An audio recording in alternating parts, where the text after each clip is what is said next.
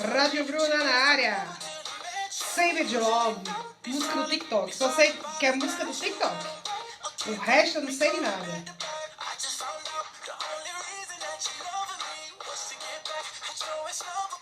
Rádio Bruna tocando todos os hits para animar a manhã de vocês. E aí, galera, tudo certo? Então, espero que todo mundo esteja bem, todo mundo esteja assistindo as aulas, acompanhando, efetuando as atividades que tem de efetuar, tá certo?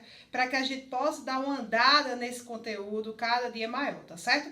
Hoje, excepcionalmente, nós vamos fazer uma questão mais revisional, porque na aula passada, no caso na aula de sexta-feira, que eu fiz para vocês ao vivo, nós falamos alguns aspectos sobre as fontes de energias brasileiras, tá certo? Que eu coloquei um vídeo, passei um vídeo sobre fontes de energia, justamente para servir como base.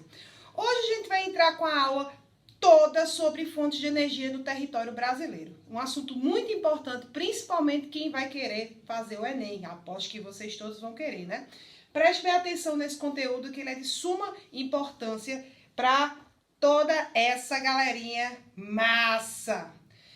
Primeiramente, a gente tem que conceituar o que é fonte de energia, né?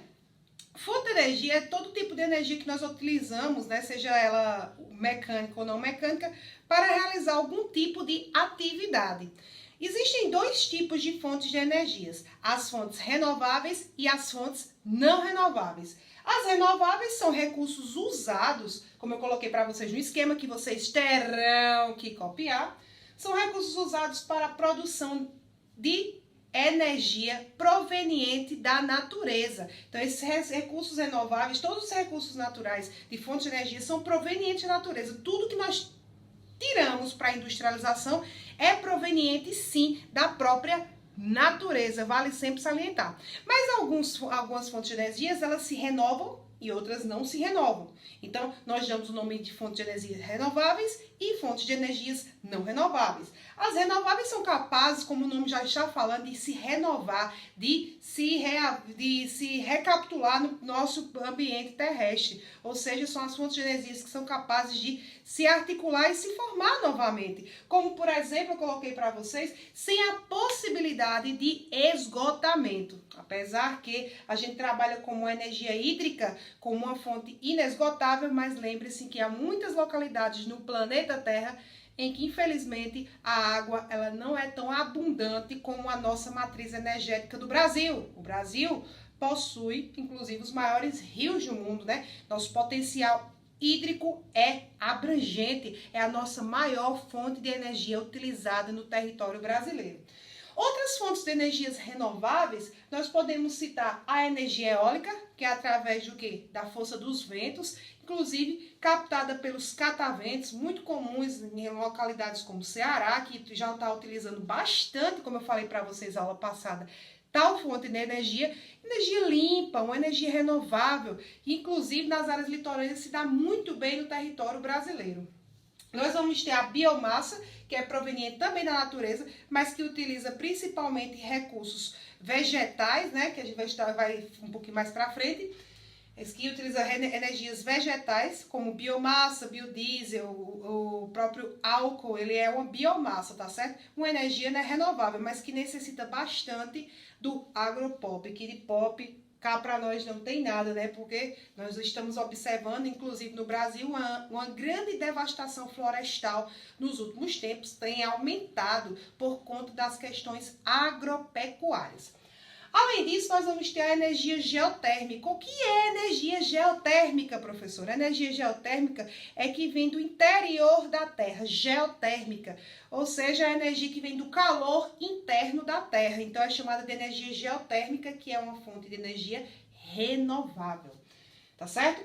E existem os recursos naturais não renováveis, que obtém na natureza também, mas que tem quantidades limitadas na própria natureza terrestre. Quantidades limitadas essas que acontecem com vários produtos que são importantíssimos para a industrialização, como o carvão mineral, o gás natural, o petróleo e a energia nuclear. O carvão mineral, você observa que ele vem sendo utilizado desde a primeira Revolução Industrial, no século XVIII, pela Inglaterra, né? A Inglaterra foi o primeiro país a descobrir o potencial da fonte de energia do carvão mineral como valor calorífico, né? Ele é um carvão petrificado e que nós encontramos em algumas partes do planeta Terra. O Brasil, por exemplo, não é abundante em carvão mineral.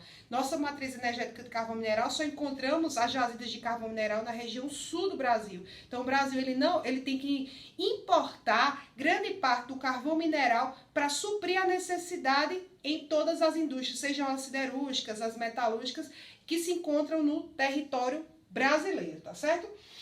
Nós vamos ter o gás natural, inclusive também o Brasil depende bastante dessa fonte de energia, principalmente da Bolívia. A Bolívia, ela tem um gasoduto, que acho que eu também comentei com vocês na aula passada, que vem lá da Bolívia até o Brasil para distribuição dessa matriz energética.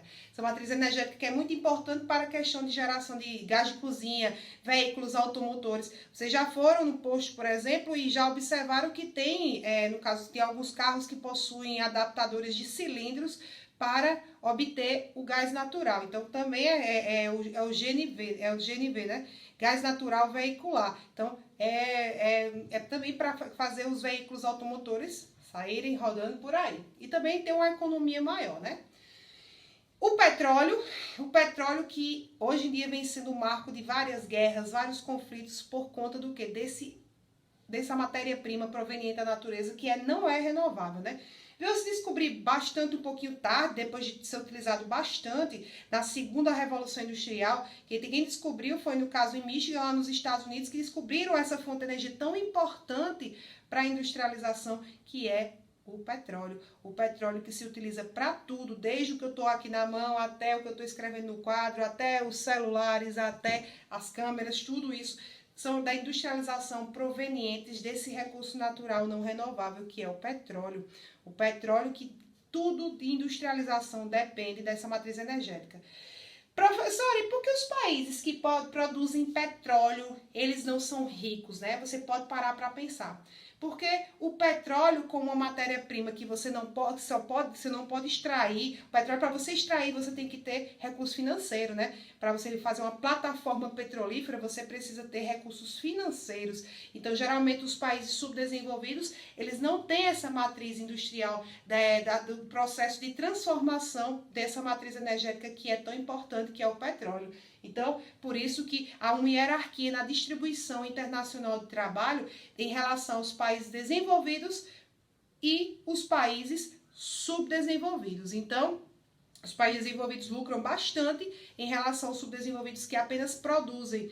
E quem transforma é que lucra. A transformação do petróleo é o que dá mais lucro. É a industrialização dele, que transforma ele em vários derivados, né? Gasolina, óleo diesel, plástico, borracha, tudo praticamente, querosene, né? Tudo proveniente do petróleo. Óleos lubrificantes, né? Então, tudo isso provenientes do petróleo, até cosméticos. E chiclete também. O povo fala aí que chiclete tem uma composição da borracha lá que é derivado do petróleo. Acredito que seja também, né? Até porque a elasticidade você sabe que vem de onde. E a energia nuclear, aquela energia que a gente chama sempre de radioativa, né, de Chernobyl, a gente sempre lembra de Chernobyl, Fukushima, Hiroshima, Nagasaki. Essa energia nuclear também ela não é uma fonte de energia renovável. Ela é obtida a partir do quê? Do enriquecimento do urânio e também outros recursos químicos, como, por exemplo, elementos químicos provenientes da natureza, como também o Césio-137. Uma energia limpa para a atmosfera, no entanto, se acontecer uma falha técnica humana, já sabe no que dá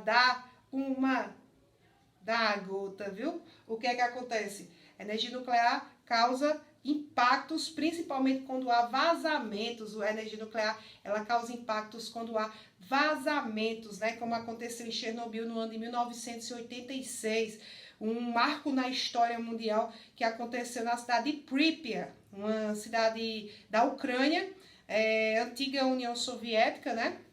Onde aconteceu o maior acidente nuclear do mundo, que foi a usina nuclear de Chernobyl, que até hoje é tão falado, né?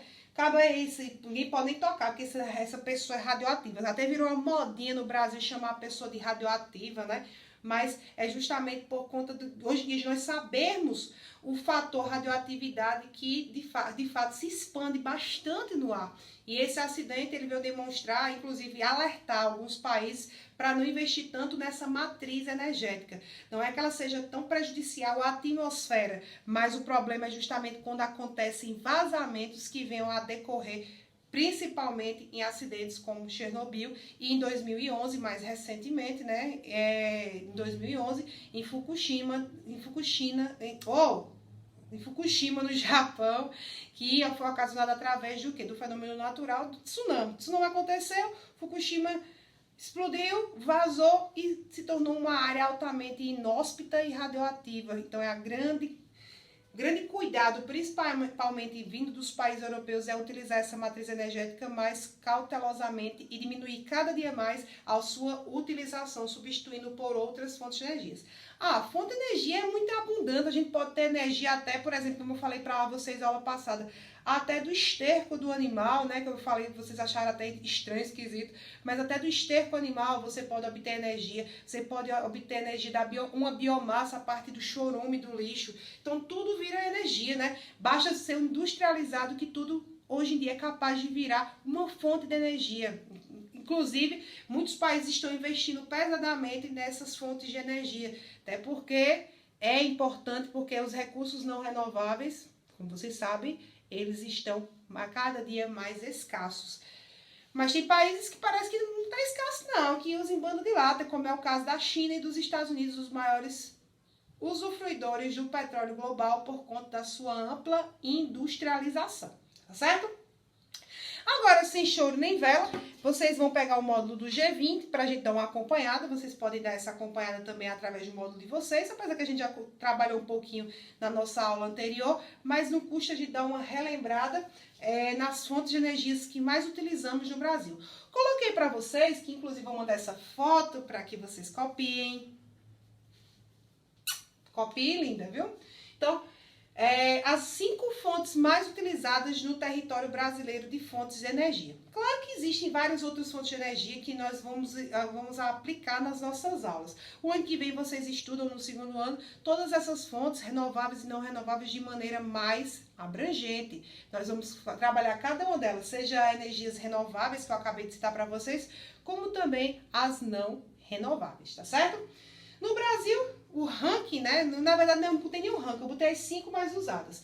Sabemos que a fonte de energia que mais é utilizada no território brasileiro é a energia hidrelétrica. Mas hoje em dia nós sabemos que o Brasil tem um potencial petrolífero também extremamente importante. O Brasil, inclusive, tem uma das maiores reservas de petróleo descobertas no século 20 e 21. Que é a pré-sal, né, que foi descoberto na Bacia de Santos, em São Paulo, né, a pré-sal, que é uma fonte de energia que ainda nem está sendo utilizada, que é como se fosse uma reserva global, e que já foi vendido os direitos de exploração para outras nações, Suíça, França, Espanha, já compraram seu lote da pré-sal, porque o Brasil ainda não tem tecnologia suficiente para explorar esse recurso tão abrangente que é o pré-sal, né, com a camada.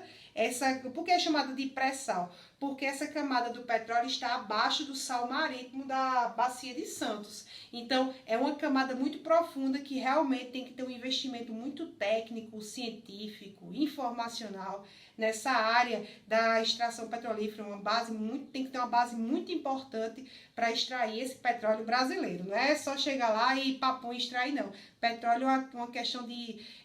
requer bastante investimento, principalmente investimentos governamentais nas áreas de pesquisas. A indústria petroquímica, ela se desenvolveu primeiro nos países desenvolvidos, mas apesar que depois dos anos 2000, o Brasil teve uma certa autonomia na produção da matriz petrolífera no Brasil. O Brasil, antes ele exportava esse produto, o Brasil, até desde o começo da era Vargas, o Brasil sempre exportava esse produto bruto, né, o petróleo bruto, exportava para outros países, principalmente para os Estados Unidos, e importava matéria-prima transformada. Isso não é interessante, né? Até se a gente tem a matéria-prima, a gente tem que investir em industrialização dele para poder ter o quê? Uns fins lucrativos. Então, não é interessante para o Brasil. Atualmente, nós temos um país que tem autonomia de produção petrolífera.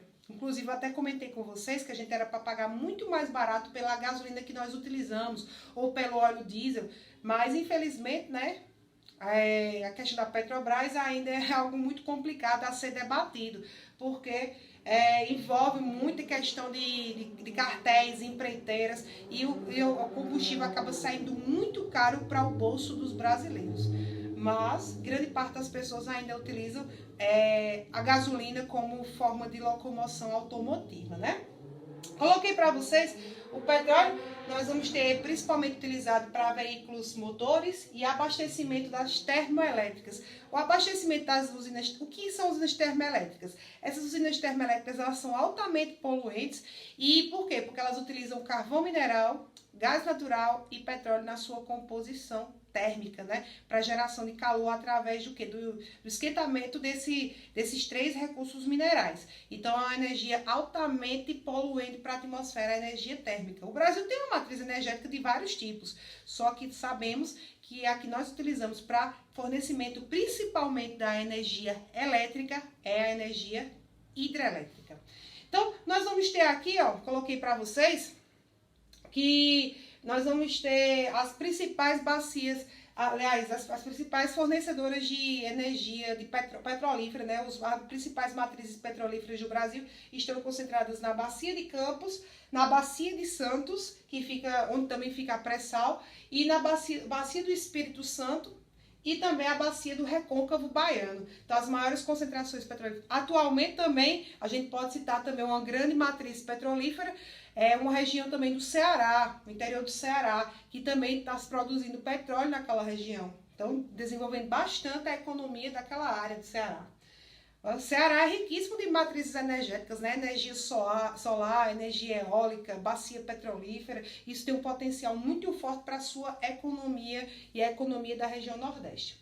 Mas a principal bacia petrolífera, onde se extrai grande parte do petróleo brasileiro, inclusive o Brasil também é um país exportador, apesar de não ser membro da OPEP, que são a Organização dos Países Exportadores de Petróleo, o Brasil tem um potencial para desenvolvimento dessa estrutura interna e também das indústrias de transformação desse petróleo. A maior bacia está no Rio de Janeiro, que é a Bacia de Campos, né? Bacia de Campos, que é a maior reserva extrativista de petróleo do Brasil, tá certo? Inclusive, também sendo um exportador de petróleo, mesmo não sendo membro da OPEP.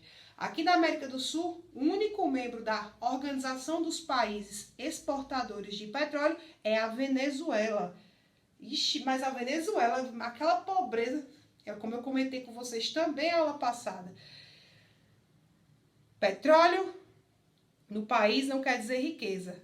O que dá riqueza a um país é a industrialização desse petróleo. Então, por isso que a Venezuela enfrenta graves crises, né? E também busca por justamente uma produção industrial, né? Um investimento industrial que era muito importante para poder essa matéria-prima se transformar dentro do território venezuelano. Então, basicamente, é isso que faz um país rico em relação ao petróleo. A transformação e os produtos transformados provenientes do petróleo, tá certo? Já seguindo aqui o fluxo, coloquei para vocês a energia hídrica, né? A principal matriz energética do território brasileiro é a matriz hídrica, que é onde ocasiona a formação da energia hidrelétrica. Então, nós vamos ter a principal matriz energética, nós vamos ter 85% do território brasileiro utiliza como fonte de energia as hidrelétricas. Coloquei também para vocês o ranking das 5 maiores hidrelétricas do território brasileiro. Nós vamos ter um aproveitamento nós temos vários rios no Brasil que deveriam ser aproveitados, que são chamados rios de planaltos, né? Esses rios de planaltos poderiam ter um aproveitamento bem maior do que realmente nós temos atualmente, né? Um aproveitamento muito mais significativo, mas apesar disso, nós utilizamos do aproveitamento só apenas 25% da nossa matriz energética. Nós vamos ter a energia hidrelétrica é uma energia mais limpa. Ela é mais limpa porque ela polui menos do que, por exemplo, a geotérmica não, a termoelétrica, que é ocasionada através da queima de combustíveis fósseis, quem utiliza bastante energia termoelétrica é os Estados Unidos. Os Estados Unidos é um dos maiores poluidores também no que diz respeito à sua matriz hidrelétrica, porque geralmente as usinas termoelétricas utilizam queima de combustíveis fósseis. Professora, a Sara não explicou por que combustíveis fósseis. Combustíveis fósseis porque são provenientes de eras geológicas mais remotas, do períodos, por exemplo, pré-cambriano, como é a formação do gás natural e do petróleo, né? A formação do gás natural e do petróleo, ela tem praticamente a mesma formação. É justamente restos de matéria orgânica animal que se depositaram nas camadas mais profundas do solo em milhares de anos. Por isso que é um combustível não renovável, né? Porque demora a ter seu processo de decomposição em milhares de anos.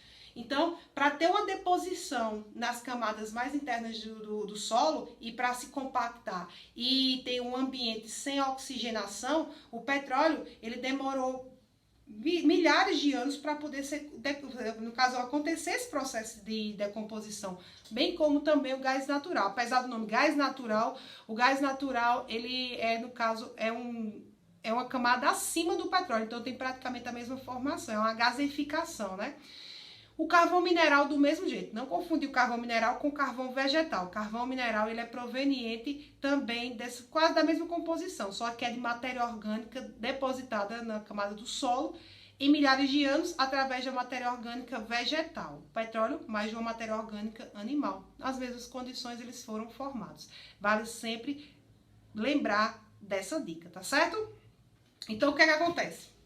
O Brasil também enfrenta crise na matriz energética, né? Porque a gente não tem tanto investimento nessas matrizes energéticas, principalmente no potencial da energia hidrelétrica nos rios de Planalto. Então, o Brasil utiliza apenas 25% do seu potencial nos seus rios, né? Poderia, inclusive, com mais construções. É como eu falei para vocês, é uma fonte de energia mais limpa. No entanto, você precisa desviar o curso dos rios para poder obter o funcionamento dessa matriz energética. Então, para você obter o funcionamento hidrelétrico, você precisa desviar o curso dos rios, você precisa empoçar água através do quê? Das barragens, né? Você empoçar essa água para ser ocasionada a geração dessa fonte de energia. Então, você pode destruir, por exemplo, comunidades ribeirinhas, que são pessoas que vivem da pesca à margem dos rios, cidades, inclusive a vegetação original. Então, tem impactos ambientais também na construção de usinas hidrelétricas. Não pense que é uma energia totalmente limpa, que é tudo certo, nada errado. Inclusive, existem várias tentativas de protocolos para construção, né? Para não destruir, por exemplo, as reservas ambientais, enfim, porque realmente quando a água vai passando, ela vai levando, vai assoreando e vai tornando a área que era de vegetação original improdutiva, tá certo? Além disso, no livro de vocês também vão ter que o Brasil aproveita 85% da eletricidade consumida. E ao longo de 2001, o Brasil enfrentou um importante racionamento de energia elétrica. Professora, quer dizer que até aquela que a gente estudou também, horário de verão, serve para a economia de energia elétrica, o Brasil produz menos do que consome. Acredita, o Brasil, apesar de todo o potencial de energia renovável e não renovável que o Brasil tem, o Brasil produz muito menos do que está consumindo, né? Com a evolução da industrialização, nós precisamos cada dia mais acentuar essa matriz energética. Então, o Brasil está, inclusive, com crises energéticas. Então, em 2001, o processo de privatização das empresas, elas fizeram com que as tarifas de geração de energias elas aumentassem, então, ocasionando uma crise na matriz energética brasileira. Então,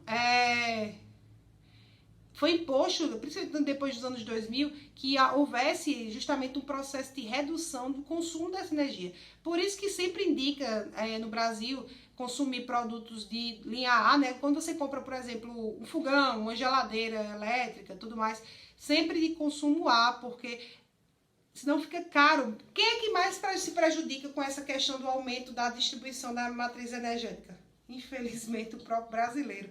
Para suprir a necessidade da indústria, acaba se transformando o brasileiro num refém da sua própria consumo energético.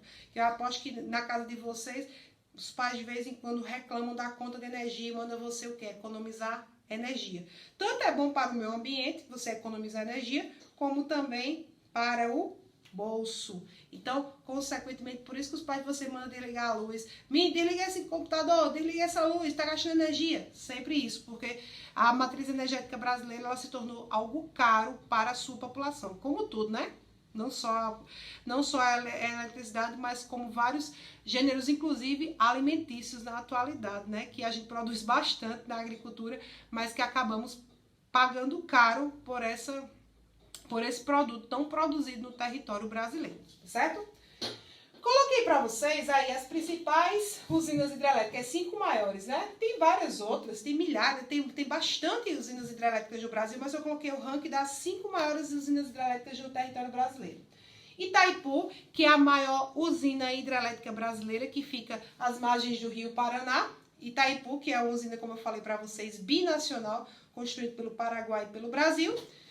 E gera bastante energia, principalmente para a região sul e sudeste, inclusive as mais industrializadas do país. Então, precisa bastante. Então, como Itaipu, como o Paraguai não tem tanto industrialização, na verdade não é um país industrializado, então quem utiliza mais a fonte de energia, inclusive comprando a parte do Paraguai, é o território brasileiro, para abastecer a região sul e sudeste do nosso território brasileiro.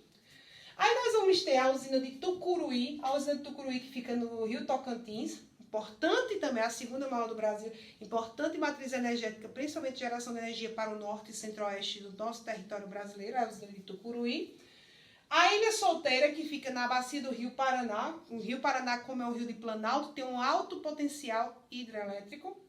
A usina de Xingó, que fica às margens do Rio São Francisco.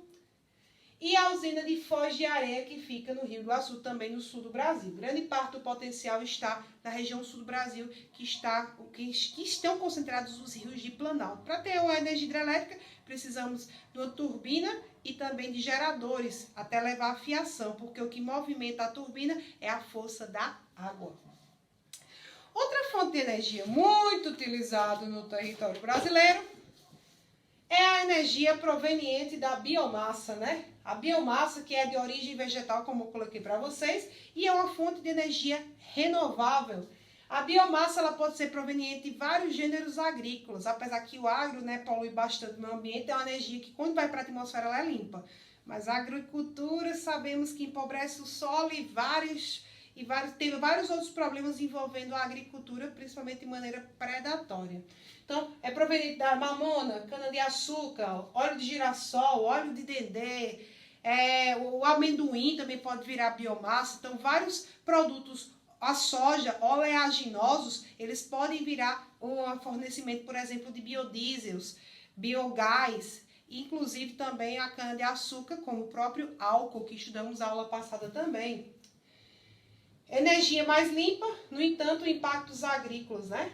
Podem gerar ocasionalmente os biocombustíveis, como o etanol, que a gente discutiu também na aula passada, que é o álcool aquele de posto, né? Ocasionado da questão proveniente da cana-de-açúcar. O biogás, que é o gás natural derivado desses produtos naturais, ou seja, produzidos na agricultura, vegetais. E o biodiesel. E o biodiesel também pode ser gerado, inclusive tem que se investir na indústria de transportes que carros movidos a biodiesel, né? Tem que ainda ter um ano de pesquisa. Inclusive os países europeus já tem o quê? Já ficam de olho, porque estão substituindo muito a fonte de energia que era utilizada bastante na Europa, era a energia nuclear. Por conta como eu falei para vocês, dos acidentes, vem sendo substituída gradativamente por outras fontes de energias, inclusive fontes de energias alternativas. Coloquei para vocês aí, ó, também que o Brasil tem um consumo significativo, apenas 10%, na verdade, que inclusive depende, como eu falei para vocês, da Bolívia. 10% do consumo da energia no Brasil que utiliza principalmente o gás natural como o gás de cozinha, usinas termoelétricas, também funcionam as termoelétricas brasileiras. O Brasil também tem usinas termoelétricas com menor uso do que as hidroeletricidades, mas usamos uma quantidade pequena e pouco significativa das termoelétricas. E combustíveis automotores. Nós vamos ter, como eu falei para vocês, os cilindros que tem nos carros para ser movidos a gás natural. Coloquei aqui no ranking 5 que o Brasil também utiliza energia nuclear. Claro que A energia nuclear brasileira ela não é tão bem utilizada como, por exemplo, as outras matrizes, né? Mas no ano de 1969, os governos militares, eles investiram num projeto de pesquisa que foi justamente porque o Brasil é um país que é rico, o solo é rico em urânio, inclusive uma base muito importante para o fornecimento da energia nuclear. Com esse potencial tão forte, o Brasil também exporta urânio. O urânio ele vira uma bomba, uma coisa, como é que eu posso dizer, perigosa, quando ele é enriquecido, né? Quando as partículas de prótons e elétrons, eles são enriquecidas no núcleo e que, de fato, pode virar até explosivos, né? Como aconteceu em Hiroshima e Nagasaki, que foi utilizado o urânio enriquecido. No Brasil, nós temos muito urânio no nosso território, mas apesar disso, nós não utilizamos bastante ainda essa energia que é nuclear, graças a Deus, né? Porque se também ocasionar um fenômeno como aconteceu em Chernobyl, a gente já sabe por que foi. No ano de 69 começou a ser construída e terminou, na verdade, em 1981 foi inaugurada a Angra 1. Mas teve alguns probleminhas técnicos no Brasil que ela foi desativada, a Angra 1. E nós temos Angra 2. Angra 2 está em atividade.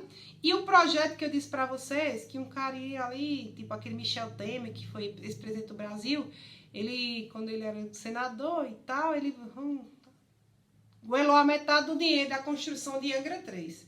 Mas o que é que diz mas o Brasil ele tem também estudos voltados à energia nuclear. Apesar que os países eles têm protocolos já de desativar algumas que tem. Na Alemanha mesmo, eles estão no processo amplo de desativação das usinas nucleares por conta principalmente em áreas próximas às áreas urbanas, para questão de protocolo de segurança nacional. Aqui no Brasil, na geração de energia, que inclusive vocês também têm aqui no livro de vocês, tem as termonucleares, a termonuclear, que tem o projeto de Angra 1 e Angra 2, inclusive também tem o programa aí Proálcool, que eu também comentei com vocês, que também foi feito nos governos militares, que foi aquele que eu disse para vocês que tinha os carros lá movidos a álcool, o Chevette, que a gente comentou na aula passada, tudo isso eu já tinha comentado com vocês no programa Proálcool do território brasileiro, né? Principalmente durante os governos militares, né? Como esse fornecimento de energia através do quê? Do álcool. Não substitui o petróleo, nem a gasolina, nem o diesel, mas só que serve como combustível automotor, que é o chamado etanol, né? Que pode substituir, apesar de muita gente não utilizar, como a gente descobriu na aula passada. É mais limpa, só que evapora mais rápido e a produtividade, dizem, do carro aqui não é tão boa. Então, nós vamos ter a bacia de Santos, né, no litoral do estado de São Paulo, uma bacia muito importante para o território brasileiro, no que diz respeito à matriz energética, que foi descoberta a pré-sal. Carvão mineral nós só temos no sul do Brasil. O Brasil é pobre em carvão mineral, tem que importar grande parte da sua produção. Tem só, no caso, no Rio Grande do Sul, especificamente em Santa Catarina e Rio Grande do Sul. Então, não abrange, inclusive, de pouco valor calorífico. Então, não abrange tanto os estados brasileiros para essa demanda de uma forma geral, tá certo? Outra questão também é a mão de obra brasileira,